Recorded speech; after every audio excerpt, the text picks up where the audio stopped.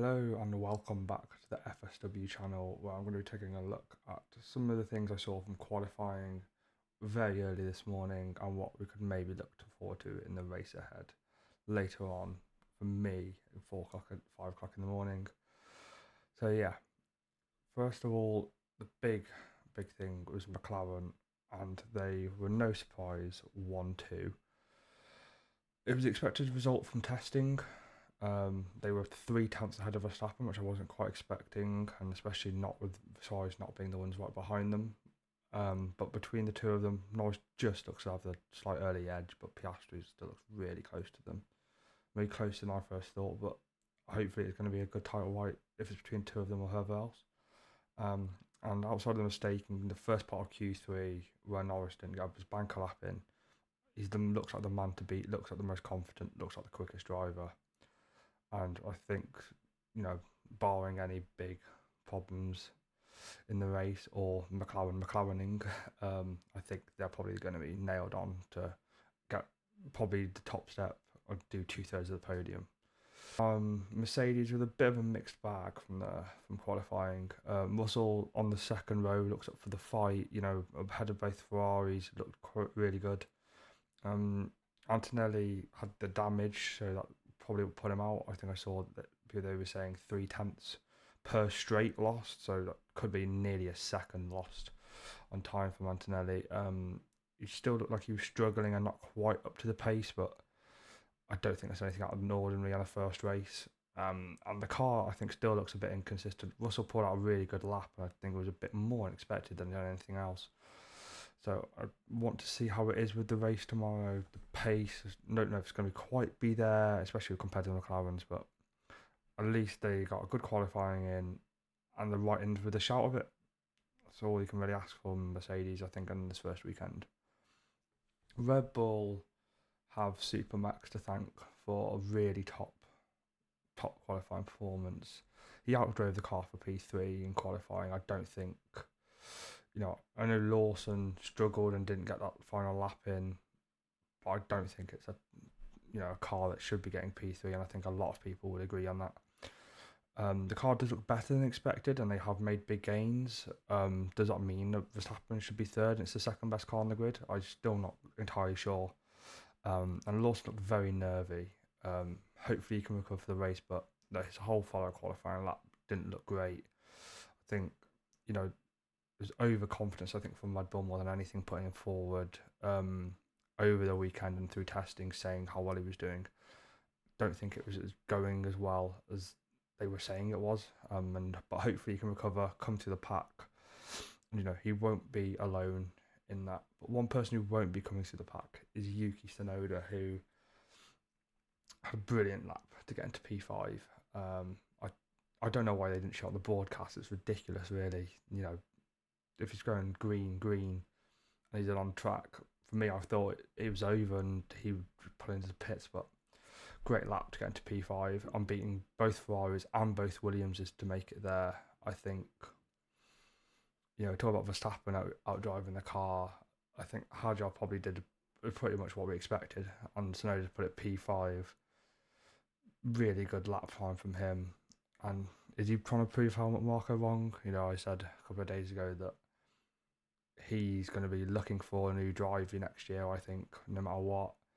I think he's going to be wanting to get his own team behind him and a chance forward, or maybe to steal Lawson's seat this year, but whatever it is, he's trying to prove him wrong, and let's hope that he finishes his good performance this morning, with a great performance tomorrow. Next we have the rookies wound up. I think Bortoletto was the only one who beat his teammate, which again, not too much of a surprise, but I think, and he only just squeezed out of Q3 and ultimately put Antonelli out.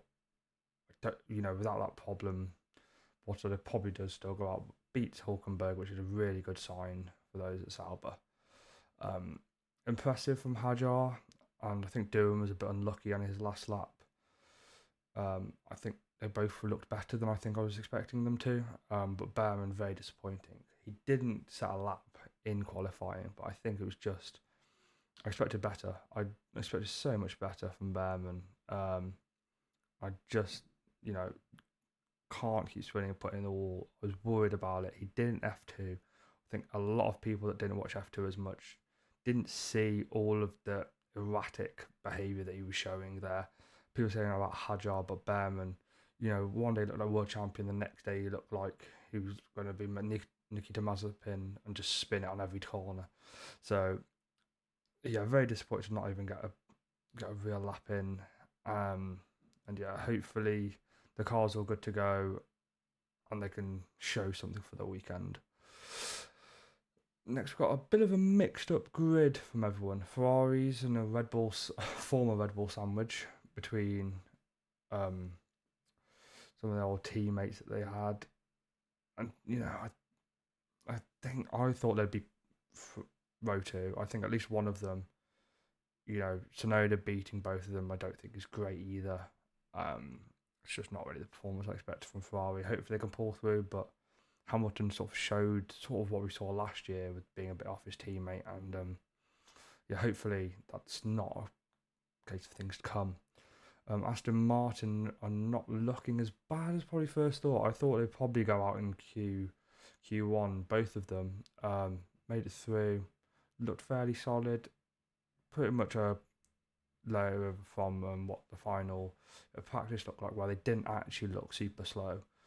And Williams are looking to get big points ahead of those Aston Martins. You know, Williams meant to be at the top of this midfield battle.